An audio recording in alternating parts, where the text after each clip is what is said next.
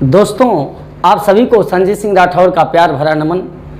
आज मैं अंग्रेजी में एक टॉपिक आर्टिकल की चर्चा करूंगा। इसके पहले मैंने एक इंग्लिश का वीडियो डाला था, introduction of parts of speech, जिसमें मैंने पूरे पार्ट्स ऑफ स्पीच का बेसिक नॉलेज इंट्रोड्यूस किया था। लेकिन उसके पहले जो कि बहुत ही इंपॉर्टेंट टॉपिक है, जिसका डायरेक्ट रिलेशन नाउन से होता है, एडजेक्टिव से होता है, एडवर्ब से होता है, और so many terms are related to this topic, and this is the most important topic in English grammar. एक बात आपको बताऊं कि पार्ट्स ऑफ स्पीच के अंदर नाउन और प्रोनाउन, वर्ब, इंटरजेक्शन, एडवर्ब ऐसे टर्म्स होते हैं जो टोटली आप जब समय आएगा तो देखोगे केवल और केवल फैक्ट्स पे चलते हैं, नियमों पर चलते हैं। बहुत ज्यादा 90% सेक्शन नियमों पे चलते हैं। लेकिन preposition, conjunction, article, time and tense और सिंटैक्स, ये 4-5 टॉपिक्स जो हैं वो फैक्ट्स के साथ, नियमों के साथ, सेंस के ऊपर भी चलते हैं। इनमें थोड़ा सा आपको अपना सिक्स सेंस लगाना पड़ता है। तो सबसे ज्यादा क्वेश्चंस जो वनडे एग्जाम्स है उनमें सबसे ज्यादा क्वेश्चंस अगर आने तय हैं तो वो सेगमेंट होता है article, preposition, conjunction, time and tense, जिसे और एक सब्जेक्ट वर्ब एग्रीमेंट जिसे आप सिंटैक्स भी कहते हो, प्लस वर्ब का रिलेशन होता है नाउन और प्रोनाउन से। ट्रांसफॉर्मेशन में भी आता है, डिग्री आता है, वॉइस आता है, नरेशन आता है। लेकिन मोस्ट इंपॉर्टेंट टॉपिक आर्टिकल की आज हम लोग चर्चा करने चल रहे हैं। आपसे अनुरोध होगा, हाथ जोड़ के निवेदन है कि आप राठौर वर्ल्ड को, अपने छोटे भाई संजीत सिंह को जो प्रेम और स्नेह दे रहे हैं, आप ऐसे ही बनाए रहें। और आप मेरे वीडियोज को अगर आपको पसंद आ रहे हैं मैं जानता हूं, तो आप खूब से खूब ज्यादा लाइक, शेयर और कमेंट करिए। और ये आप भी जानते हो कि आपकी सफलता मेरे साथ और मेरी सफलता आपके साथ। तो आइए राठौर वर्ल्ड की दुनिया में चलते हैं और आज चर्चा होगी टॉपिक आर्टिकल के ऊपर। थोड़ा अब आर्टिकल के ऊपर मैं आता हूं। आर्टिकल के विषय में बताऊं, आपको एक चीज बताना चाहता हूं, जरा पहले लिख रहा हूं, समझिएगा। ये क्या है कि आर्टिकल जिसे लोग ए एंड द के रूप में डिनोट करते हैं, ग्रामेटिकली ए एंड द के रूप में डिनोट होता है। आर्टिकल इज द, क्या है ये, टर्म ऑफ डिटरमाइनर, जिसे आप डिटरमिनर भी कहते हो, जिसका प्रोनाउंसिएशन डिटरमिनर होता है। Article is the term of determiner which is used in a sentence before a noun। कहता क्या है कि आर्टिकल एक टर्म है। किसका टर्म है? Term of determiner. अब थोड़ा सा मैं रफ कार्य कर रहा हूं, समझा रहा हूं। देखो भैया, ये लिखा हुआ क्या वर्ड? डिटरमिनर के विषय में बताऊं कि डिटरमिनर में आप देखो मेन वर्ड क्या है? डिटरमाइन है। यहां तक मेन वर्ड है डिटरमाइन, और डिटरमाइन में सफिक्स लगा है, प्रत्यय लगा है। The main word is determine, और डिटरमाइन में सफिक्स क्या लगा? ER, और ER सफिक्स जब किसी भी मेन वर्ड के अंत में लगता है तो वो उसको करने वाले का सेंस देता है। जैसे टीच मीन्स पढ़ाना, तो टीचर पढ़ाने वाला। राइट मीन्स लिखना, तो राइटर लिखने वाला। डू मीन्स करना, तो डूअर करने वाला। तो डिटरमाइन की जो मीनिंग होती है वो ये होती है निश्चित करना, किसी टर्म को निश्चित करना। तो डिटरमिनर्स वे ही हैं जो किसी टर्म को क्या करते हैं? निश्चित करते हैं। और इन डिटरमिनर्स की जब चर्चा होती है तो उसमें पहला डिटरमिनर आता है रेगुलर डिटरमिनर, जो दूसरा होता है उसे कहा जाता है प्री डिटरमिनर, और तीसरा डिटरमिनर होता है पोस्ट डिटरमिनर। यानी 3 डिटरमिनर्स हैं, regular, pre and post. Regular determiner में ए, एन और द को डिनोट किया जाता है। किस डिटरमिनर में? रेगुलर डिटरमिनर में ए एंड द आता है, जबकि प्री डिटरमिनर में एडजेक्टिव्स का प्रयोग होता है। और पोस्ट डिटर्मिनर में एडवर्ब आता है। अर्थात ये निश्चित करने वाले टर्म्स हैं। कौन? Regular determiner, pre determiner and post determiner. अब मैं एक एग्जांपल देकर इस बात को समझा रहा हूं। एक एग्जांपल देकर इस बात को समझा रहा हूं। एग्जांपल यहां पर दे रहा हूं, यहां पर इस लाइन में देखो, जैसे मैंने लिखा he is a very good boy. He is a very good boy. He is a very good boy में बॉय नाउन है, नाउन।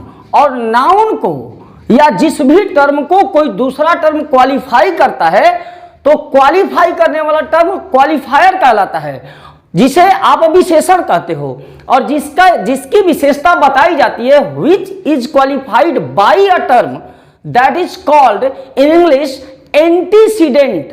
वो टर्म क्या कहलाता है सर? एंटीसीडेंट। ANTECEDENT,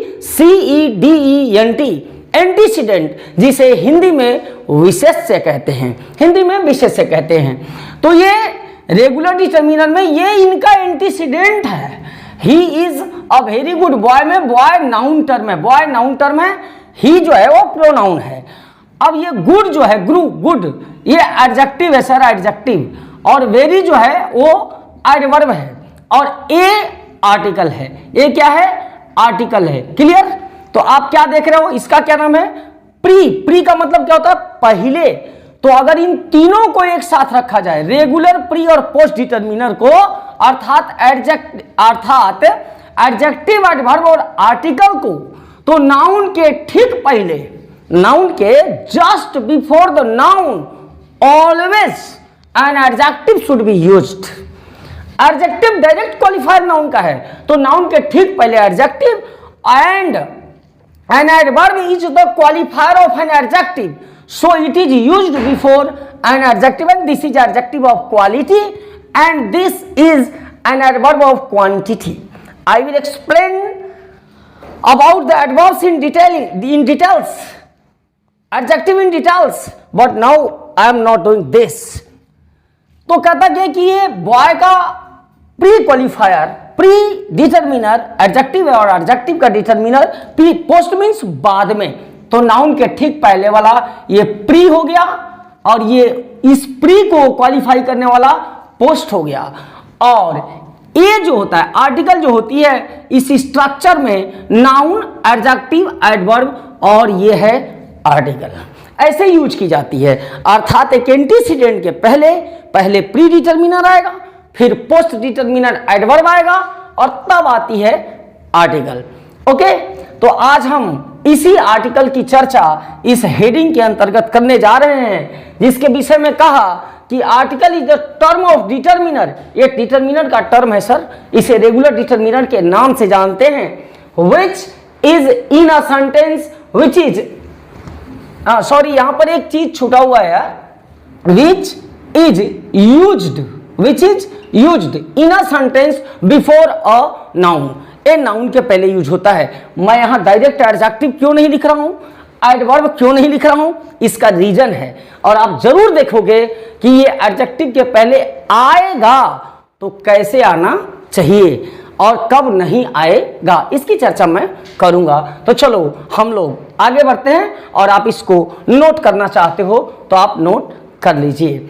ठीक है, ये प्री डिटर्मिनर, ये पोस्ट डिटर्मिनर, ये रेगुलर डिटर्मिनर। और डिटर्मिनर के तीन स्वरूप हैं, रेगुलर में एंड, प्री में एडजेक्टिव और पोस्ट में एडवर्ब आता है। आशा करता हूं कि आपने इसको नोट कर लिया होगा। और मैं यहां से इसको हटाता हूं और चर्चा शुरू करने चल रहा हूं आर्टिकल की, अर्थात ए, एन और द की।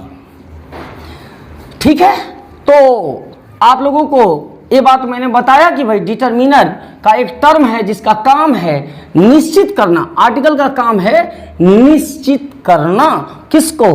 किसी नाउन या प्रोनाउन को। ठीक सर, अब आगे बढ़ते हैं। देखो भाई, ये जो आर्टिकल है, आर्टिकल के दो स्वरूप हैं। आर्टिकल के कितने स्वरूप हैं? दो स्वरूप हैं। पहला जो है उसे कहते हैं इनडेफिनिट आर्टिकल। क्या कहते हैं? Indefinite article. और जो दूसरी स्वरूप है उसका नाम है डेफिनिट आर्टिकल। एक इनडेफिनिट और दूसरी डेफिनिट। देखो भाई, जैसा जिसका नाम होता है वैसा उसका काम भी होना चाहिए। अब ये इंडेफिनिट आर्टिकल में जो आता है उसका नाम है ए और एन, ए और एन आती है। और ये डेफिनिट आर्टिकल में क्या आता है? द। इसे द या दी बोला जाता है। कब द बोला जाता है, कब दी, ये मैं बता दूंगा।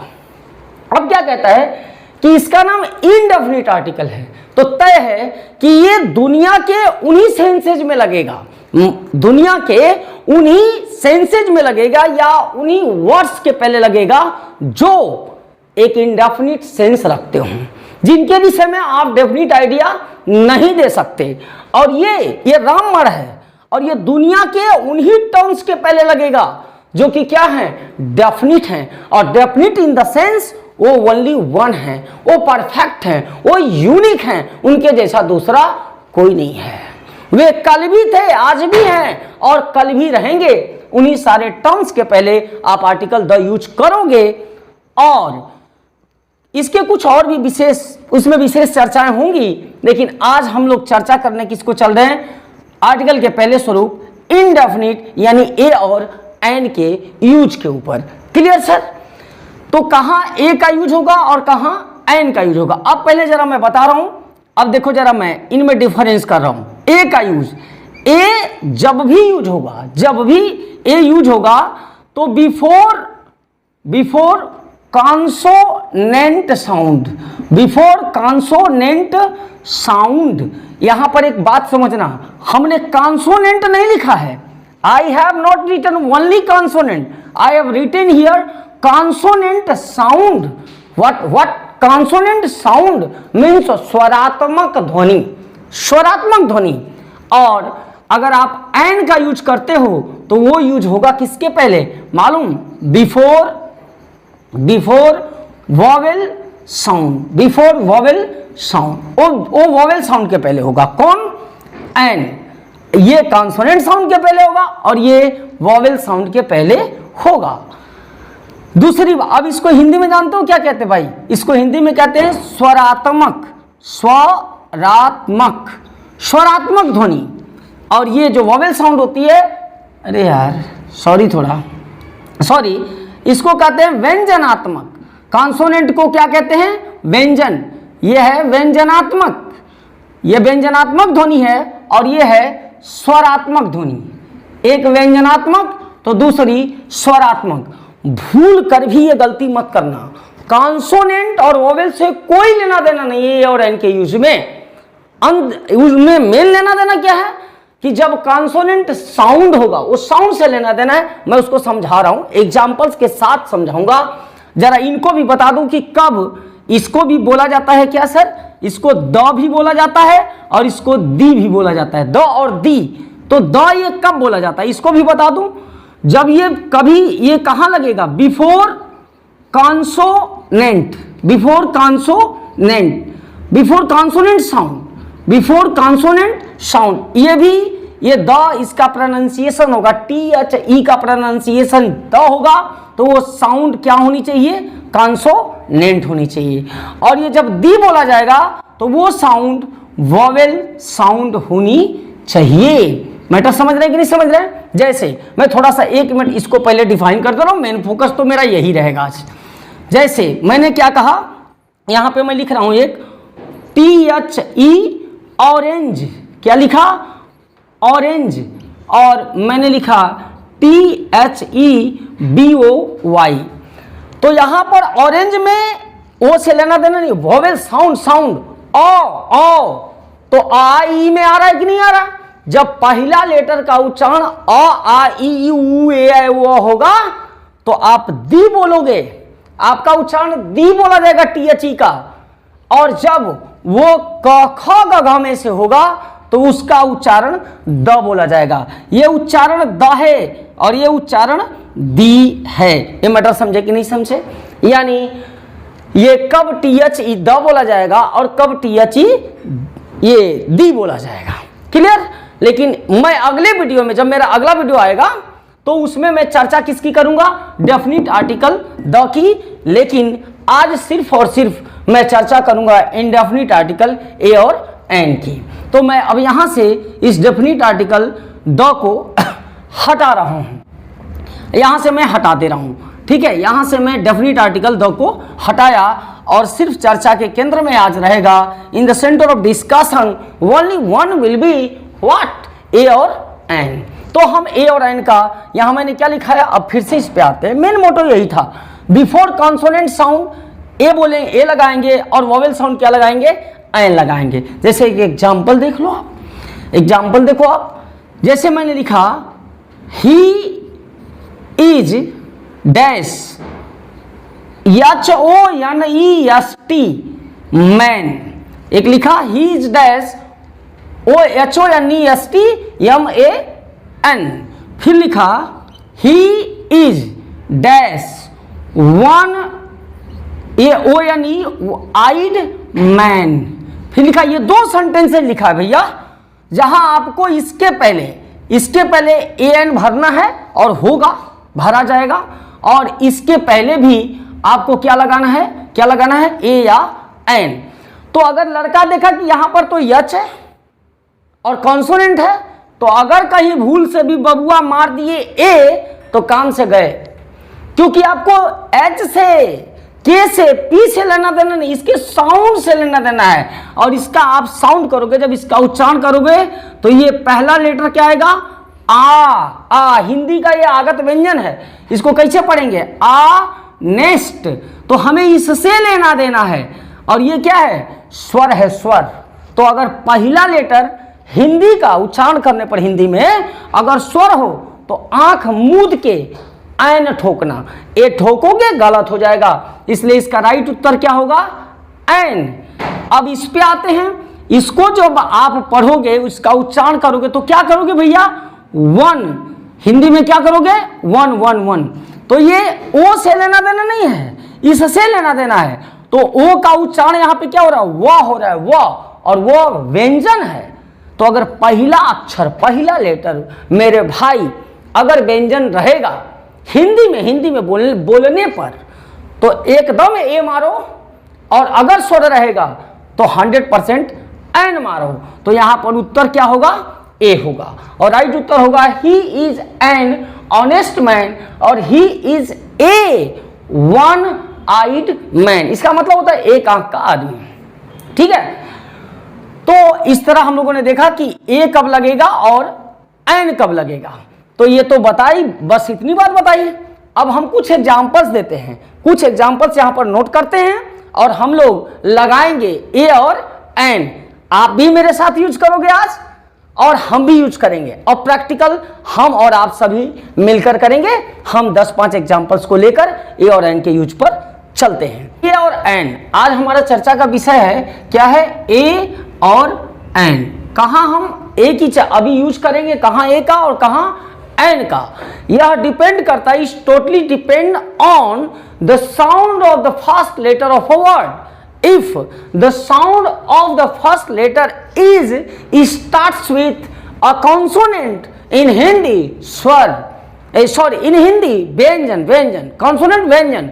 अगर व्यंजन को हिंदी में क ख ग घ से अगर कोई शब्द स्टार्ट हुआ तो आपको ए लगाना है, और यदि वोवेल साउंड यानी स्वर से स्टार्ट हो रहा है, स्वर ध्वनि है, तो यानी आ यू है, तो आपको एन का प्रयोग करना है। बस इसी को ध्यान रखना।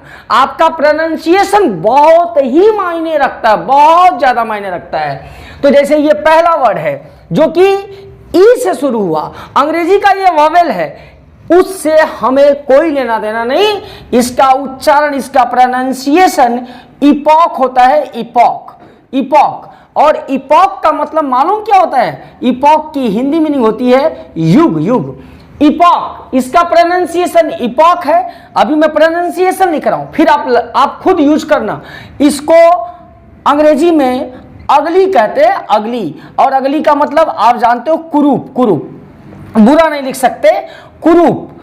और ये क्या है, इसका प्रोनाउंसिएशन क्या होगा, यूनिफॉर्म, ठीक है, यूनिफॉर्म। आप जो ड्रेस को कहते हो ड्रेस, यूनिफॉर्म। ये क्या है सर, यूट्रिकल, ये वर्ड है यूट्रिकल, यूट्रिकल, यूट्रिकल की हिंदी मीनिंग होती है छोटी थैली, यूट्रिकल की हिंदी मीनिंग छोटी थैली।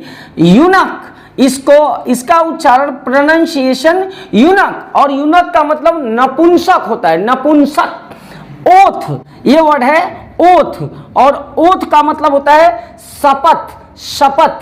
और ये है वर्ड यूनिवर्सिटी, ये वर्ड है यूनिवर्सिटी, ये वर्ड है यूनिवर्सिटी। ठीक है सर, ये यूनिवर्सिटी है, ये यूनिवर्सिटी है। तो अगर हम इनमें यूज कराने चले ए और एन, तो हमें साउंड से लेना देना है। तो इस वर्ड का पहला लेटर हिंदी में जब उच्चारण करते हो तो ई है, ई, और ई एक स्वर है, इसलिए यहां ये इपॉक है, ये क्या इपॉक, और ये स्वरात्मक ध्वनि है, इसलिए राइट आंसर क्या होगा एन। इसकी बात करें अगली, तो ये भी अगली, इसको पढ़ा क्या जाता है अगली, तो पहला लेटर स्वर है, इसलिए उत्तर क्या होगा एन। अगर इसको पढ़ें तो इसको पढ़ा जाता है, इसका पहला लेटर क्या है यूनिफॉर्म, या है, या, जो कि एक व्यंजन है, जो एक व्यंजन है। तो यहां यू वोवेल से लेना देना नहीं भैया, इसका साउंड कॉन्सोनेंट साउंड है, ये या है, इसलिए यहां उत्तर क्या होगा ए। यूट्रिकल, इसका साउंड क्या किससे स्टार्ट हो रहा है या से, जो कि व्यंजन है, इसलिए यहां पर भी उत्तर क्या होगा ए। अगर एन भरे की कहानी खत्म।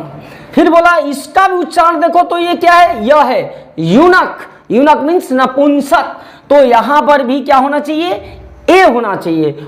ओथ, ओथ, इसका पहला लेटर क्या उच्चारित किया जा रहा ओ, तो ओथ है, तो यहां पर ये क्या होना चाहिए एन होना चाहिए। अगर इसके पहले लेटर की बात करो तो ये क्या है यूनिवर्सिटी, तो यह आया जो कि व्यंजन है, इसलिए राइट आंसर क्या होगा ए होगा। अब यहां पर आते हैं, इसको भैया मेरे अंग्रेजी में बोलते, हिंदी में इसका जब प्रोनाउंसिएशन करते हो तो यू बोलते, यू का मतलब मादा भेड़ होता है, यू की हिंदी होती है मादा भेड़, और जब मैं जेंडर पढ़ाऊंगा तो बताऊंगा कि इसका मैस्कुलिन रैम कहलाता है, रैम RAM, और रैम का मतलब नर भेड़ होता है। तो यू मादा भेड़, तो इसका प्रोनाउंसिएशन या से है, इसलिए उत्तर क्या होगा ए होगा। मेरे साथ भरते चल सकते हो, ये एब्रिविएट फॉर्म है, ये एब्रिविएशन है, दो वर्ड मैंने एब्रिविएशन का ले रखा है, HMT और SDO। तो HMT को कैसे प्रोनाउंस करोगे आप, H से, HMT, तो ये प्रोनाउंसिएशन H हुआ, ए हुआ, इसलिए उत्तर क्या होगा NHMT वॉच। अगर वॉच होता तो NHMT वॉच। ये क्या पढ़ा जाएगा एस, ये वर्ड क्या पढ़ा जाएगा, ये भी एब्रिविएट है SDO, तो ये भी क्या है ए है, इसलिए राइट उत्तर क्या होगा एन होगा। अब इसकी जरा बात कर लेते हैं, इसकी, ये क्या है सर ईयर, ये क्या है ईयर, और यहां एक शब्द है ईयर, ठीक है, एक ईयर है और एक ईयर है। तो यहां पे चूंकि इसका प्रोनाउंसिएशन या से स्टार्ट हुआ, व्यंजन से स्टार्ट हुआ, कॉन्सोनेंट से स्टार्ट हुआ, इसलिए YEAR के पहले ए भरा जाएगा, और इसका स्टार्टिंग ई है, स्वर है, इसलिए इसके पहले एन भरा जाना चाहिए। ये क्या है येलो, इसको क्या पढ़ते हैं येलो, ये येलो शर्ट मैंने लिख रखा है, येलो शर्ट, तो येलो में पहला लेटर क्या है यह है, इसलिए राइट उत्तर क्या होगा ये होगा। ये इन, इसको पढ़ते हैं इन, और इन का मतलब मैं मीनिंग लिख दे रहा हूं, इसका इंपॉर्टेंट वर्ड है सराय, सराय, पहले के राजा सराय बनाया करते थे, तो इन ई है, इसलिए उत्तर क्या होगा एन। इसको अगर पढ़ूं तो ये क्या पढ़ा जाएगा यूरोपियन, क्या पढ़ा जाएगा सर यूरोपियन, यूरोपियन, तो राइट आंसर क्या होगा ए होगा यूरोपियन। ए यूरोपियन, एन यूरोपियन नहीं सर, ए यूरोपियन। अगर वन आइड मैन में लिखता, मैं पीछे समझाऊं तो ए होता है, ए वन आइड मैन। तो ये मैंने कुछ उदाहरण देकर के बताया कि साउंड पे डिपेंड है ए और एन का प्रयोग किया जाना, साउंड पे, यहां कॉन्सोनेंट और वॉवेल से लेना देना नहीं है। तो आज इस वीडियो में मैंने ए और एन कहां यूज किया जाना चाहिए, what's the difference between the use of a और एन। और अगले वीडियो में मैं जब अगला वीडियो लेके आऊंगा, बहुत जल्द 1-2 दिन में लेके आऊंगा, तो मैं आपको बताऊंगा कि कहां ए और एन का यूज किया जाता है और कहां ए और एन का यूज नहीं किया जाता। आज मैं इस वीडियो को यहीं पे समाप्त कर रहा हूं, एंड कर रहा हूं, और अगले वीडियो में मिलते हैं किसके साथ? The use and no use of a और एन। क्लियर? तो जो इस सेक्शन का, आर्टिकल सेक्शन का पार्ट 2 होगा, उसका नाम क्या होगा? द यूज ऑफ ए और एन। तब तक के लिए शुभ रात्रि, शब्बा खैर, गुड नाइट। आप जहां भी रहो खुश रहो, खूब मेहनत करो, और मैं भी आपके लिए खड़ा हूं, आप भी मेरे साथ खड़ा रहो, क्योंकि फिर से मैं अंत में कहता हूं कि राठौर वर्ल्ड की सफलता आपके साथ और आपकी सफलता राठौर वर्ल्ड के साथ। नमस्कार।